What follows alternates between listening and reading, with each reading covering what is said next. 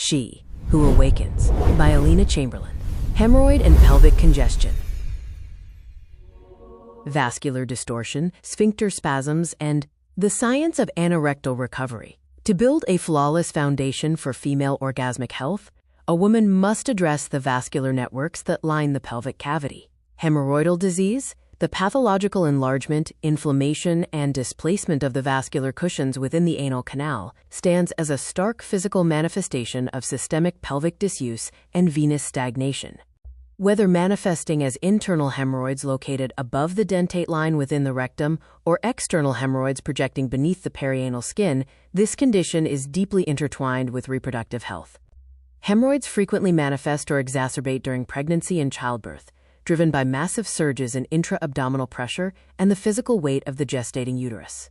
Because the venous drainage of the rectum, vagina, and uterus shares an interconnected vascular network, congestion in one zone directly impacts the other. Intimate gymnastics acts as a specialized neurovascular intervention, restructuring pelvic pressure gradients, restoring baseline vascular elasticity, and re-educating the anorectal muscles to eliminate chronic congestion.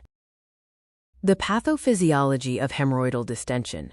Hemorrhoidal cushions are normal anatomical structures composed of smooth muscle fibers, connective tissue, and highly concentrated arteriovenous plexuses that assist with fecal continence. The transformation of these cushions into painful, bleeding, or prolapsed hemorrhoidal nodes is driven by a distinct mechanical cascade: chronic constipation, excessive straining plus sedentary venous stagnation, increased descending intra-abdominal pressure waves, overstretching of weak perianal connective tissue fascia, vascular engorgement and dilation of the hemorrhoidal plexus, reflexive hypertonic spasms of the overlying skeletal muscles. When a woman suffers from chronic constipation or engages in repetitive, forceful straining during bowel movements, she generates severe descending intra-abdominal pressure. This force stretches the fragile connective tissue fibers supporting the hemorrhoidal veins. Deprived of a firm structural backup, the thin walls of these veins expand and dilate under the fluid pressure, causing the hemorrhoidal node to engorge and protrude.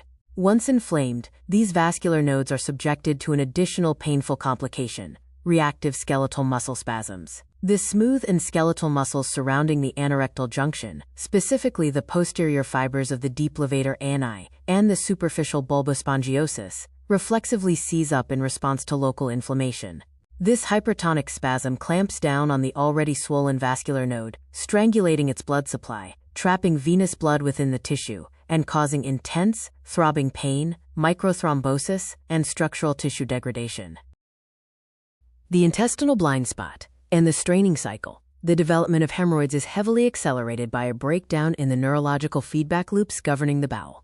When a woman repeatedly suppresses or delays the natural urge to defecate, whether due to workplace constraints, environmental discomfort, or social anxiety, the rectum acts as a storage vault.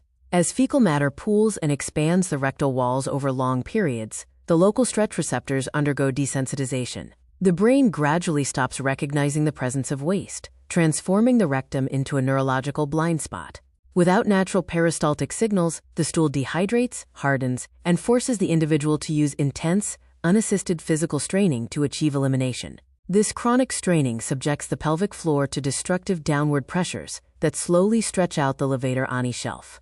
Intimate gymnastics reverses this cycle by utilizing targeted skeletal muscle contractions to perform an internal massage of the lower intestinal tract. This physical stimulation triggers local mechanoreceptors, coordinates healthy autonomic nervous system output, and restores natural peristaltic contractions.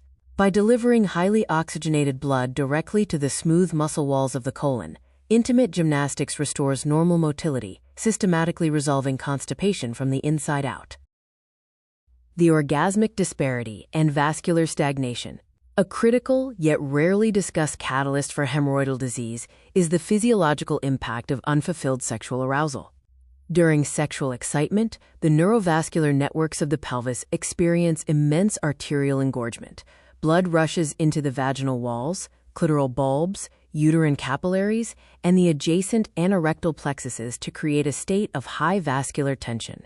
Sexual arousal with orgasm. Rhythmic PFM waves.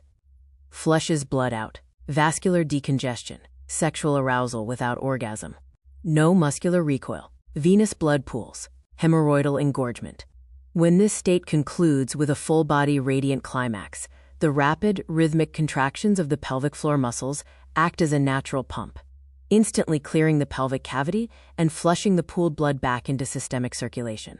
However, if a woman experiences chronic arousal without reaching an orgasmic release, this immense volume of arterial blood remains trapped within the pelvis. The veins of the vagina and the hemorrhoidal cushions remain engorged for hours, stretching the thin vascular walls. Over time, this pelvic congestion weakens the venous valves, directly triggering hemorrhoidal flare-ups and chronic vascular stagnation. Targeted intimate gymnastics protocols for anorectal healing.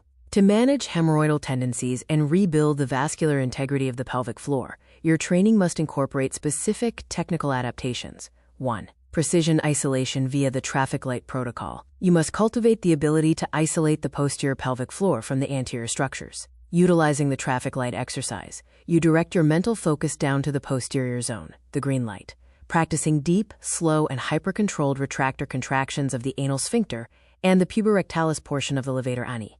These slow, sustained contractions re-educate the muscle fibers, breaking chronic hypertonic spasms and restoring a healthy resting tone that supports the hemorrhoidal veins without clamping them shut. 2. Active pelvic elevation, the glute bridge matrix. When working with an active instructor, your training should heavily emphasize the glute bridge matrix. Performing pelvic contractions while the hips are elevated above the heart utilizes gravity to instantly drain pooled venous blood out of the hemorrhoidal plexus and back toward the central circulatory system. This unloads the pelvic floor, allows for safe tissue conditioning, and provides immediate relief from pelvic heaviness. Adjustments, stool hygiene, and safety guidelines. Muscular rehabilitation is entirely dependent on establishing impeccable daily habits and observation of tissue limits.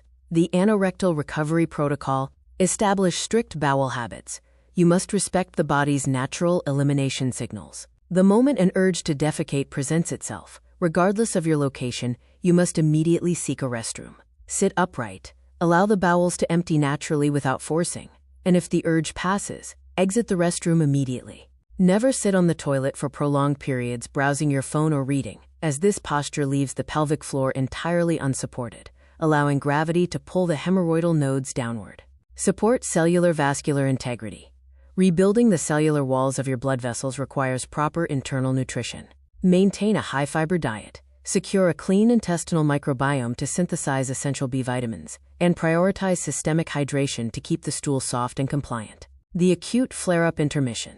If you experience an acute hemorrhoidal crisis, characterized by severe thrombosis, prolapsed external nodes, bleeding, or sharp local inflammation, you must immediately pause all intimate gymnastics training. Exercising during an acute vascular thrombosis can exacerbate the tear or worsen the inflammation. Focus on local medical treatments under the guidance of your proctologist or gynecologist. Once the acute inflammation has fully subsided, wait 1 full week before returning to your training routine, and strictly avoid all internal tools or weighted vaginal objects until your baseline vascular health is completely reestablished. Discover the secrets to nurturing your lifestyle and love style at Wish for Love. The electronic version of all chapters from the full book She Who Awakens by Alina Chamberlain can be found at wishforlove.org.